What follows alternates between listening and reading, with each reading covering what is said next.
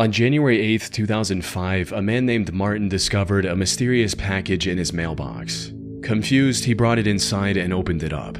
Inside the package was a single item, a videotape with no label or note to explain its contents. Curious to see what was on it, he put it in his camcorder and pressed play, and the footage he found on it was shocking to say the least. It contained a nearly hour-long video of a man describing the violent things he was about to do, how he was going to lure his victims, and the makeshift devices he was going to use. I'm not trained in torture methods, which is what I'm gonna have to make do. I got my drill here. The reason why it's got this padding on it is just to try to silence it a bit, because I'm in an apartment.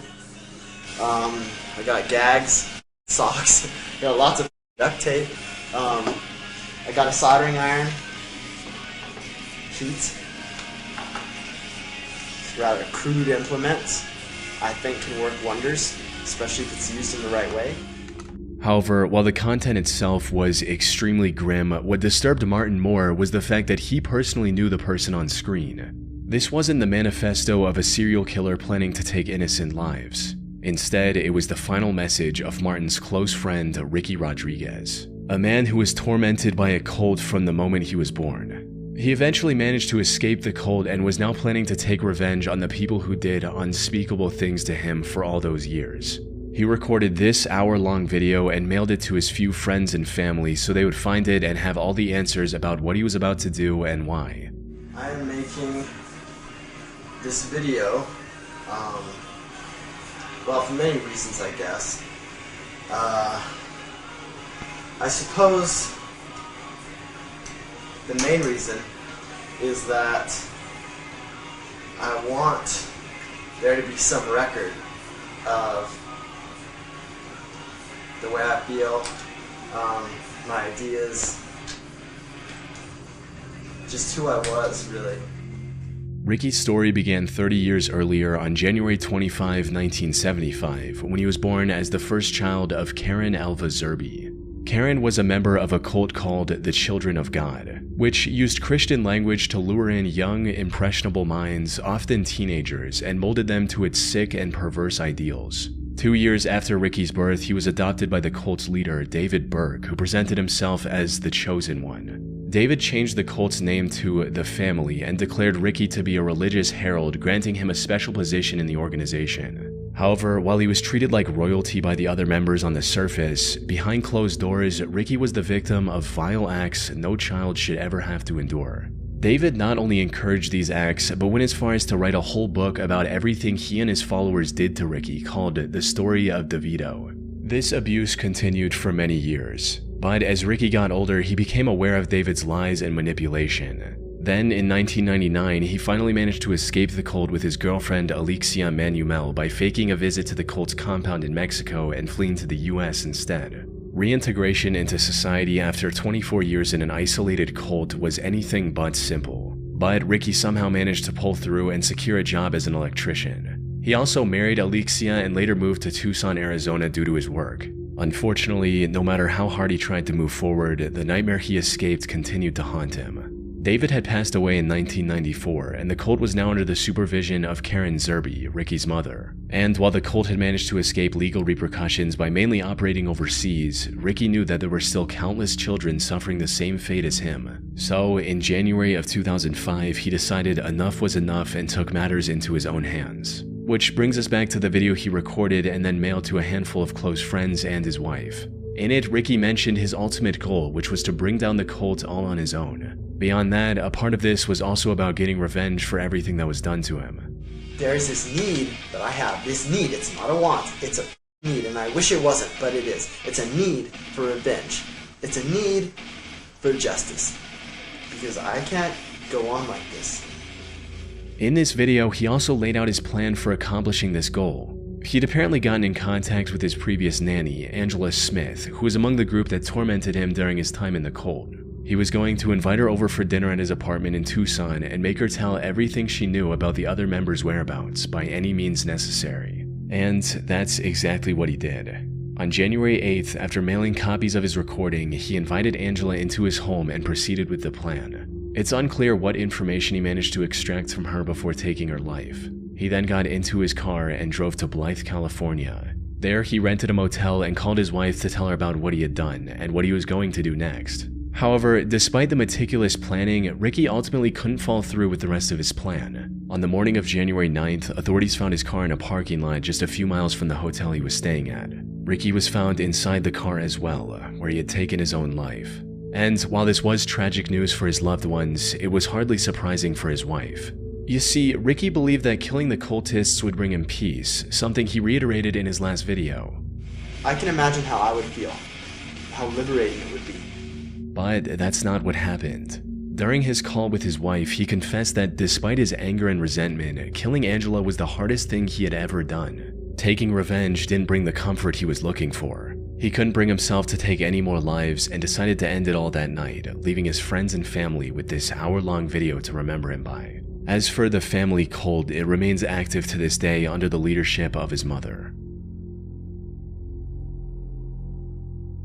On October 4th, 2006, at approximately 6:15 a.m., the Barrie Police Department received a chilling call from a woman saying, "My children are dead," in a calm and quiet voice. The disconnect between her tone and the situation she was describing was extremely unsettling. When asked what happened, she replied, "I don't know, I don't remember." Police officers immediately rushed to the address she provided and knocked on the door of her apartment, bracing for what they might find. The door opened and they were greeted by 31-year-old Frances Elaine Campione. When the officers asked her about the children she mentioned on her call, she replied in the same disturbingly calm voice, stating, "Yes, they're dead. They're on my bed." As the officers entered the master bedroom, he saw the remains of two little girls, 3-year-old Serena and 19-month-old Sophia, lying on the bed. Both were dressed in clean clothes and were also wearing necklaces and earrings. However, their skin was starting to turn blue, suggesting they might have been deceased for quite some time. One of the officers also noticed a small bruise on Sophia's forehead, and that was it. There was nothing else in the room that could have explained their deaths. But as the investigators looked through Elaine's apartment, they found a camcorder with footage that explained everything. The recording started on a wholesome note, showing Elaine surprising Serena with a new bike on her 3rd birthday on August 8th. Hi Serena, it's August 8th, 2006. Happy birthday to you, happy birthday to you, happy birthday Serena, happy birthday to you. Serena's 3 today, yay! Shall we go to the living room and see if you got any birthday presents from the birthday fairies? Yes! Okay, let's go. I have to go.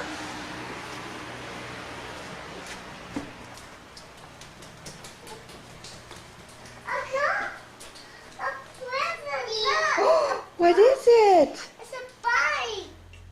The next video also showed Elaine and her 2 daughters just hanging around and having fun. I love you. This much. Oh, I love you more than that. So far, everything looked quite normal. However, the 3rd recording, dated October 2nd, was when things started to get weird. The tone of the recordings instantly changed as Elaine suddenly went on and on about their horrible living conditions and the torment her ex-husband Leo and his family had put her through, said all in front of her children. You can't see through the camera, boo-boo. Oh, yes, this is a deplorable, horrible, messy, filthy apartment that supposedly my 2 children and I live in, and it's just a horrible, horrible mess. Yeah.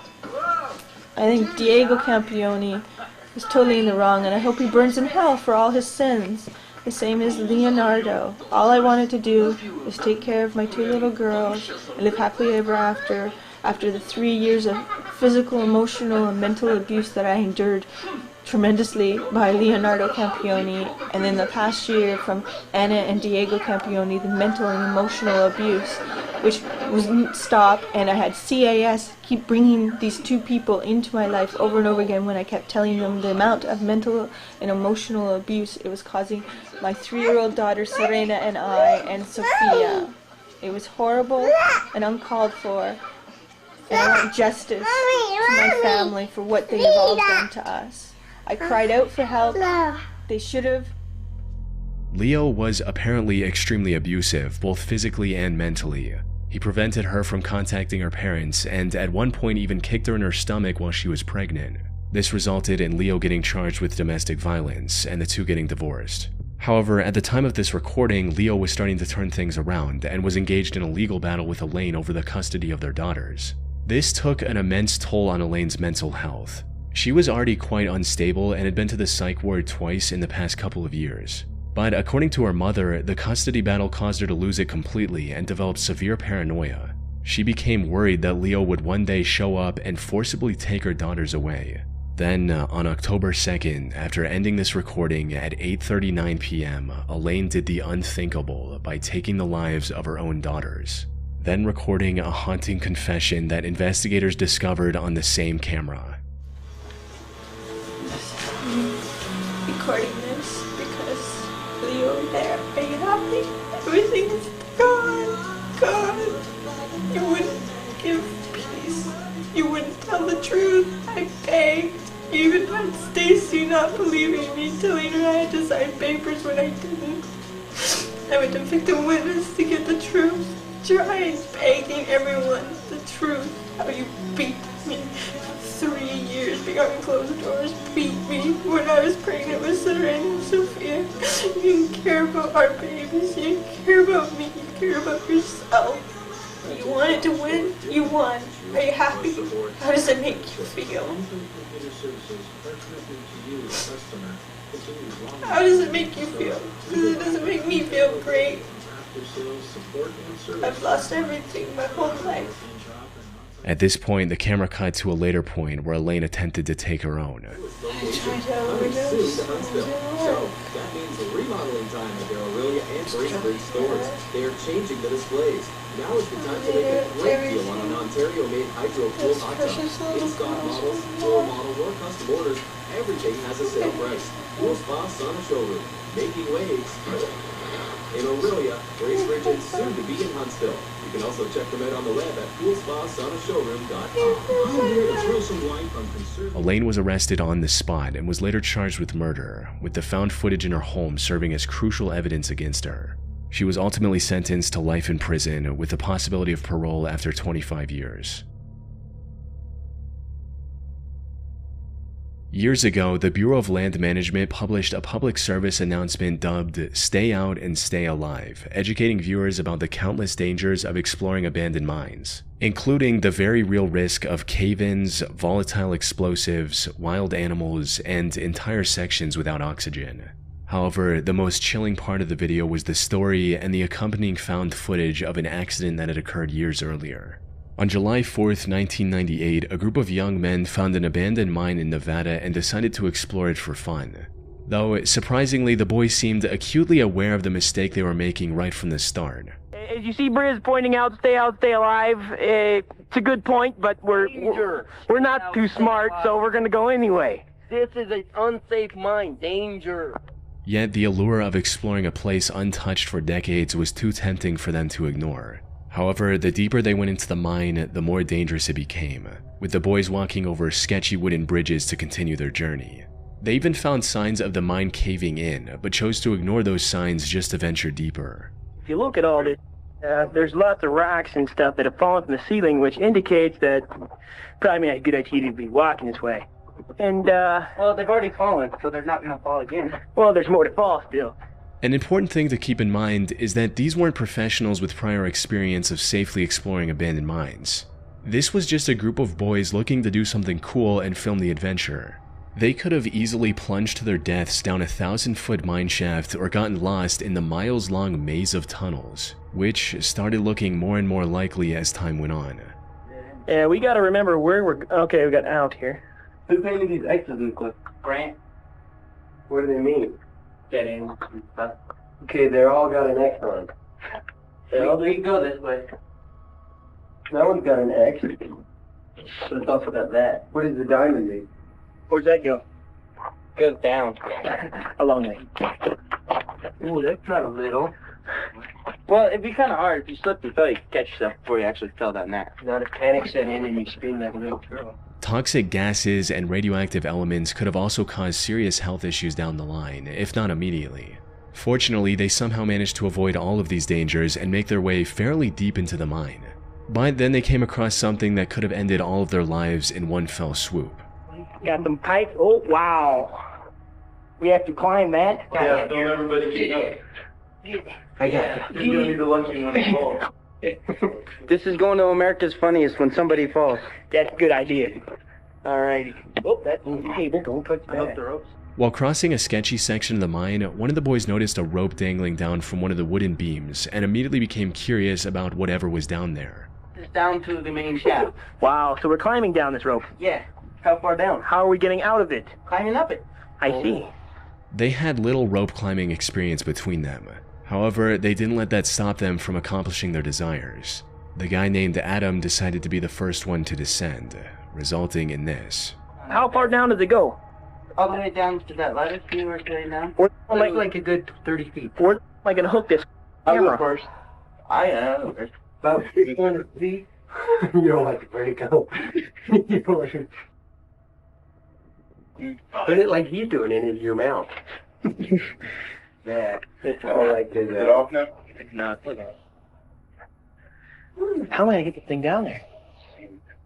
Yeah, but how am I gonna get back up? I don't have. Hey, good. Give you my belt. Stretch on it. Adam! Oh! Adam! Oh! Adam! Yes. Adam! Oh God. Oh God.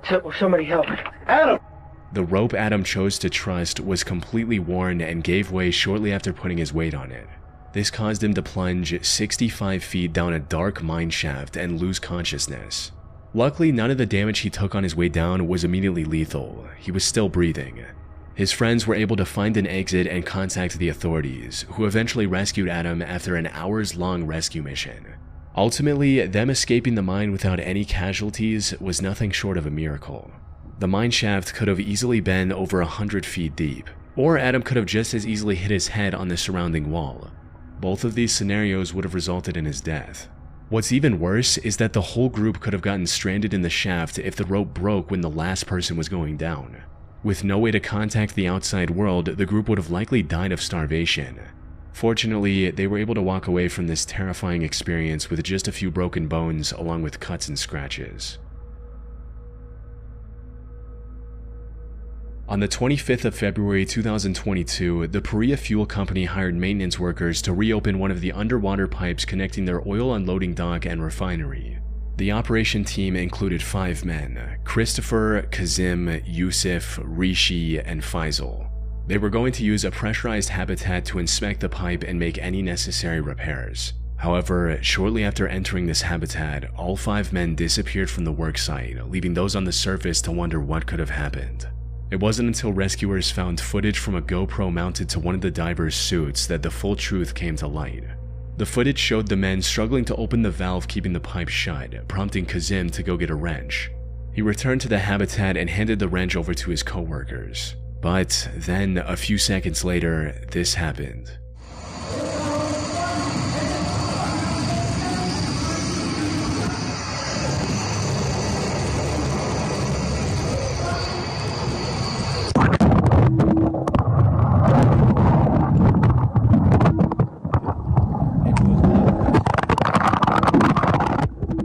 The moment the valve was opened, its low pressure created a powerful vacuum. Water rushed into the habitat, while the pressurized air violently forced everyone into the pipe. All 5 of the men were forced into the 30-inch wide pipe, faster than they could blink.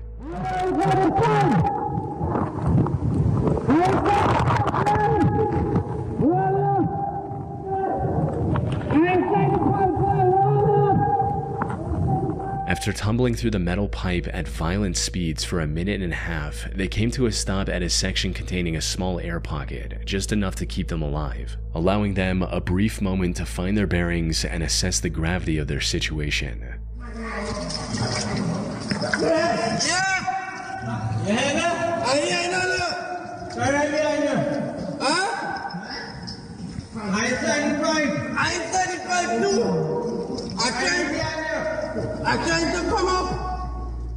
All of them were barely breathing, and one of them had also injured his leg. And while the air pocket was keeping them alive for the moment, it wasn't going to last very long. So, with no other option, the two men at the front, Christopher and Faisal, started moving forward in hopes of reaching the pipe's end and getting help for the other three. But after making their way through several flooded sections, Faisal lost hope and refused to go any further. This left Christopher to continue alone and ultimately reach the end of the pipe, where he was eventually pulled out by rescuers. Unfortunately, the same did not happen for his 4 co-workers. Days passed and the rescue efforts were slim to none, eventually leaving the other 4 to die in that cramped metal tube. The company's CEO later defended this decision, stating that a rescue mission would have only endangered more lives. The incident sparked widespread outrage and even forced the regional government to launch an inquiry into how such a disaster was allowed to happen in the first place. But, as is the case with countless similar incidents, nothing much came of it, despite the numerous hearings. The other 4 divers were left for dead. That said, the Trinidad government did announce a compensation of $1 million for each of their families, as well as Christopher, in April 2025. On April 28, 2000, 22-year-old Russian diving instructor Yuri Lipsky decided to reach the depths of the Blue Hole in Dahab, Egypt.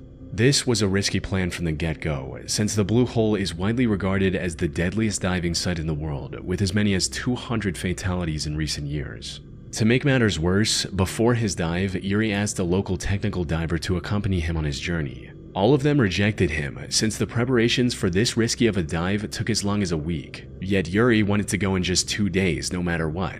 Even after every instructor refused to support his plan, instead of backing out, Yuri made the worst mistake of his life and chose to go through with it alone. He started the dive around noon and quickly disappeared into the depths of the ocean.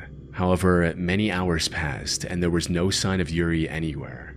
His concerned mother enlisted the help of a local technical diver named Tariq Omar, who immediately set out to rescue her son. Unfortunately, by the time he found Yuri, it was already too late. Tariq discovered Yuri's lifeless body floating near the floor of the Blue Hole. The next day, he returned with the necessary equipment to bring Yuri's body back to the surface and got to work. But as he was about to take Yuri back, he noticed that Yuri's diving camera was lying nearby. So he grabbed that as well and began ascending. This camera had captured the final moments of Yuri in haunting detail.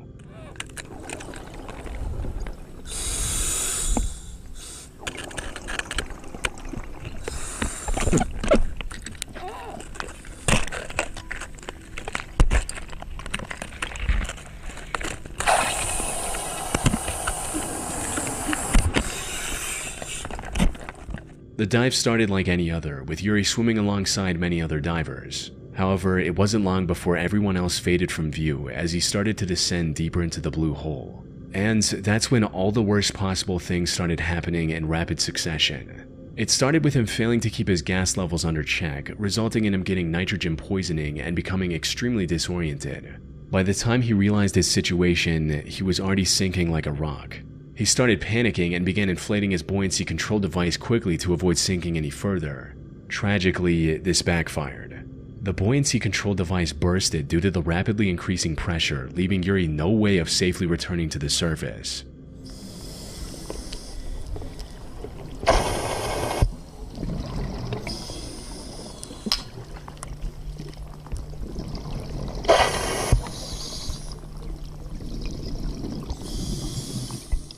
The increasing depth exacerbates the symptoms of nitrogen poisoning as well, and it wasn't long before his camera captured the horrific sounds of him struggling to breathe, ending with him sinking to the 377 feet or 115 meters deep sea floor and passing away. The only silver lining in this whole situation is that there's a good chance the found footage helped at least one diver avoid a similar fate by learning from the mistakes that cost Yuri his life.